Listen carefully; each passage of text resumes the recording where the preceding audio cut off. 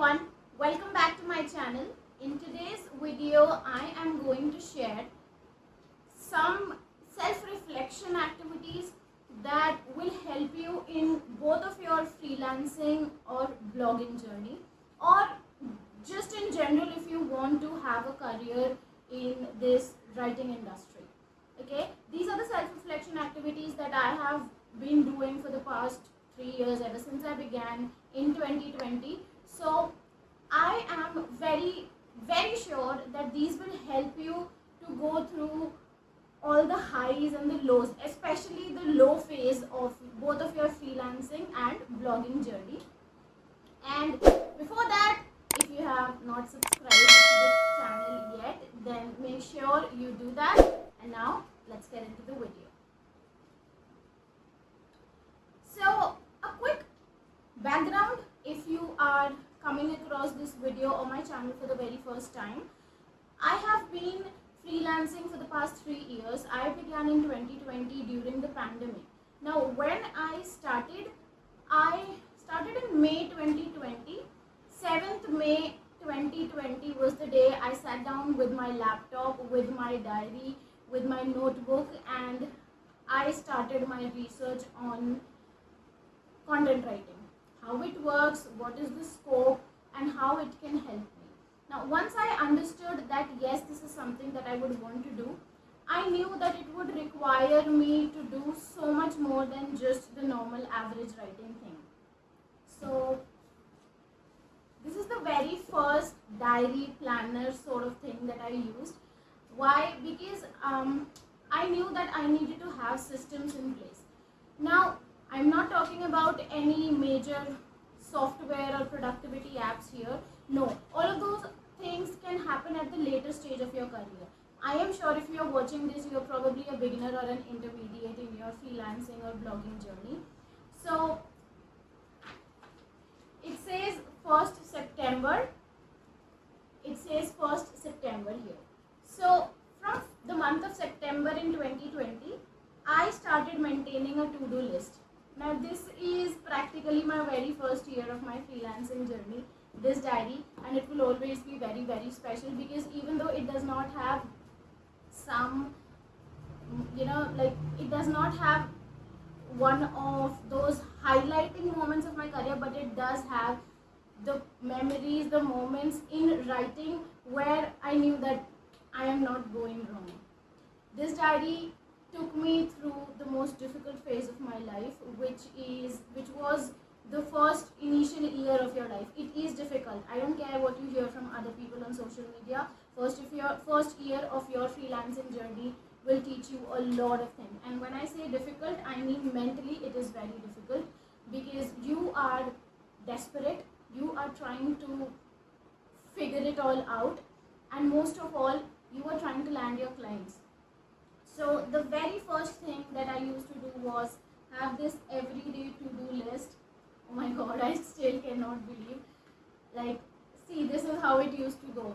So I would write every single thing that I'm supposed to do for the day, and at the end of the day, I would sit with this diary again, and I would check off everything that I have done, and everything that I did not do, I would move it to the next day. Now how it works is, I learned this from, I read this in one, some productivity blog, and I just adapted it to my routine, and here is something like it goes. Every single day, before you go to bed, sit with your diary or your notebook and write down at least a minimum of 6 tasks for tomorrow that you're supposed to do.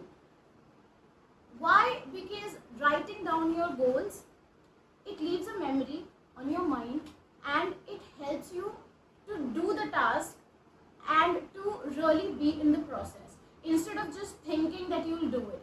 And even till date, this is my current planner, Magic is Everywhere 2023. I got it from an Instagram store.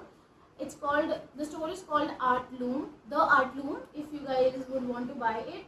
It's quite pretty, and the point is, even till date, I follow the same routine. Every night before I go to bed, I sit with my planner I write down every single thing that I'm supposed to do tomorrow.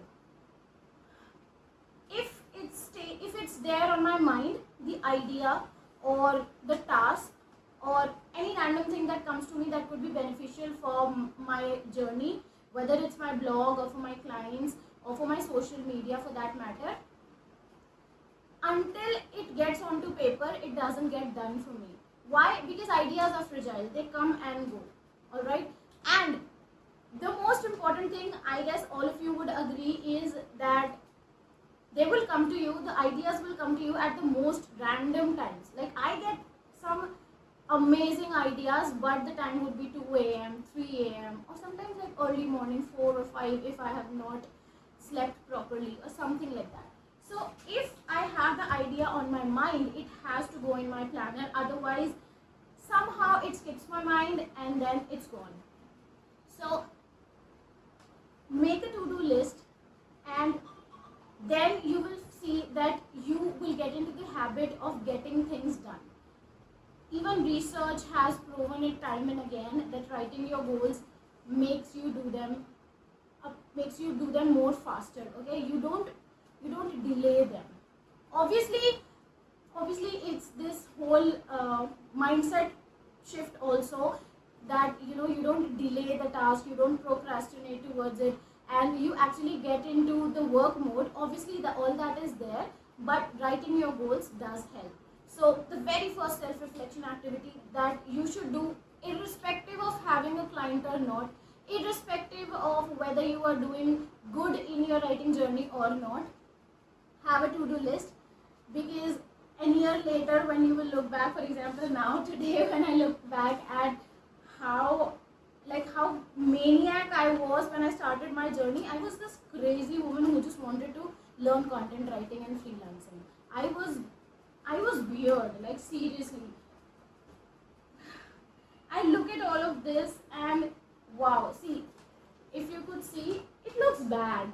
It's really messy here, right? So this proves that you don't need all those sophisticated systems in place as a beginner. All you need is a pen and paper, your laptop, and that massive drive to do it for yourself. So again, the very first self-reflection activity is to have a to-do list. I promise you it will keep you in track of your progress. Absolutely.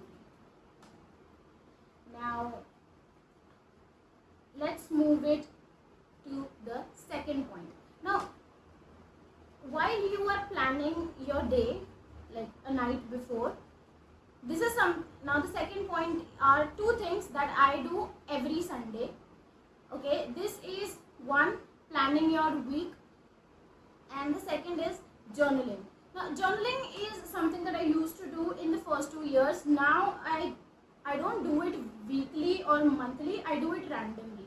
Like whenever I would feel like journaling, or I would feel like just writing it all down, this is the diary where it all goes for me. So now I practice like random journaling. There's no time, there's no fixed hours for that.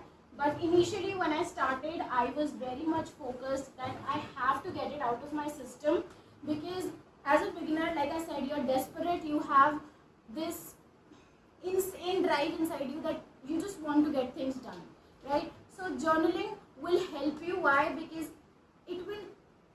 first of all, it will get your thoughts on paper, it will get your feelings on paper, so you will have an empty brain and you would be able to work properly. You will not be overwhelmed, you will not be anxious all the time. I'm not saying it is the only solution or it is a definite solution, but it is something that will help you for sure. So if you are a beginner, or if you just want to have a brain dump with yourself, then consider journaling.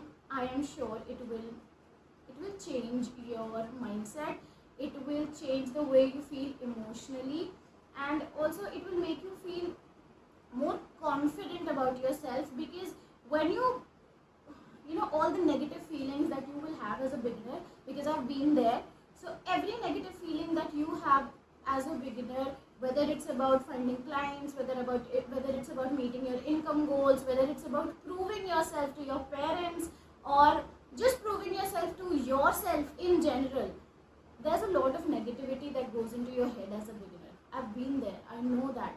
So journaling will help you to release all that negativity.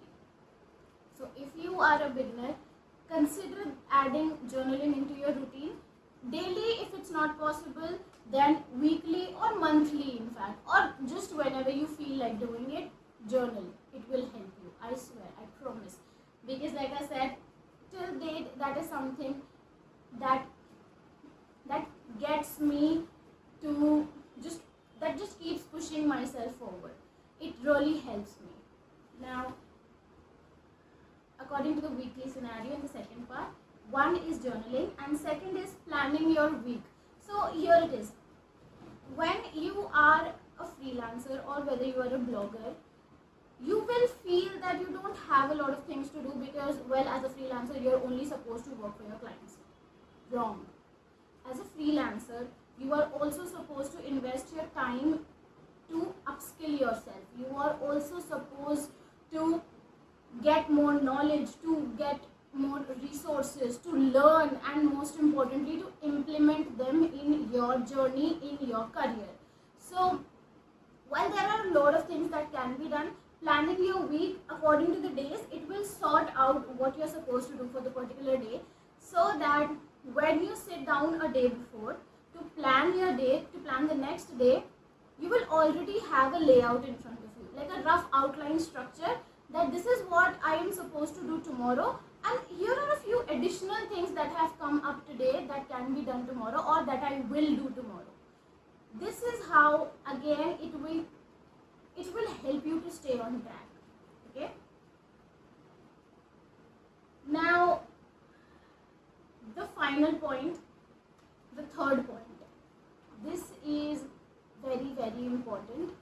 This is very, very crucial, because as a freelancer, as a blogger, if you are in the beginning journey, if you are in the first year, or even if you are in just like, the initial time of your journey, like I said, there will be a lot of negativity, but it is your duty, yes, it is your responsibility that you have to go back to your daily planner every Sunday, and you have to go through all the 7 days, and you have to find out just one good thing that have happened with you. And I'm sure there will be something, whether it is closing a client, whether it's something big like closing a client, getting paid for your freelancing services, or it is something as small as getting a reply from a prospect, or it is something as small as taking your first step. Let's say you have been procrastinating for a very long time to write your LinkedIn post, and you started that this week. That is your positive highlight of the week. So it is your duty, it is your responsibility to find that ray of hope and sunshine among all that negativity. I am not saying that it will be easy. I will never say that it will be easy. There are a lot of people already doing that, but the truth is, as much as glorification of freelancing or blogging has been around, someone needs to talk about the, I won't say the negative side, but the dark side, right? The dark side of freelancing or blogging, that it gets lonely. You are the only one who understands yourself. So it becomes very, very important that you find your ray of hope, you find your sunshine in some or the other way. And you know what? Nobody else is going to do that for you. Irrespective of people, whether they are supporting you or not, whether your family stands behind you or not, whether you have friends who are cheering you up, who are encouraging you or not. None of it matters. Why? Because at the end, it is you who is dealing with the mental turmoil that goes into your head as a beginner. So it is very, very important for you to find that slight, to find that sliver of hope for yourself. And this new planner, every single day, in fact, like this planner is designed in a way that makes you get into the very deep ends of your mind. So Again, if you would want it, the store is called The Art Loom on Instagram. But yes, it's very good, and you don't have to invest in a physical planner if you don't want to. Like I said, a plain single diary, that is how I started as well. See, this is just a single line diary, and I had this diary. In fact, this diary has a story too. I bought this one in 2016. I just liked the cover and everything because, well, I'm a stationery holder, if you do not know. So I got this diary for myself because I thought it would be a good addition to my notebooks and everything. But guess how I decided to use it for my career, for my future. And like I said, this will always remind me of the woman, of the little girl I were when I began.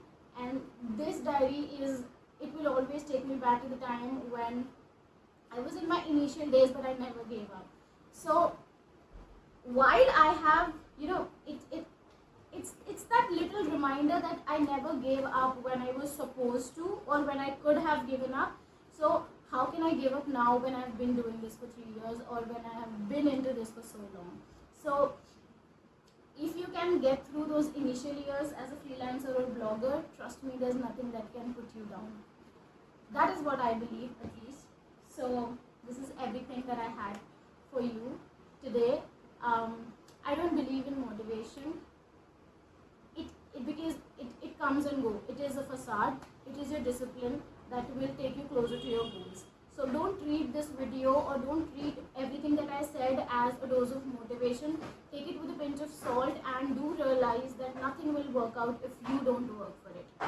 So with that said, thank you for watching this video, and if you have not subscribed to the channel yet, you can do that. And one last thing, if you guys feel that all the efforts that I've been putting are helpful for you, if you feel the value, if you can feel the vibe of having that value transferred to you through this video, then make sure that you share this video with more people, because, well, the goal is similar that I've always had with my Instagram and LinkedIn, to grow this community into a beautiful gathering of writers where we all can talk about each other's writing struggle. And hopefully I will share my struggles in the best way possible, so that you don't fall for the social media glorification that goes on for freelancing and journaling. I promise you that. But make sure that you share this video with more people so that it reaches more audience. And I'll see you in the next video. Until then, keep writing and start having a to-do list, or invest in a simple diary or a copy or whatever it is, or a notebook, so that you can really be accountable with yourself. Everything else aside, just do it for yourself.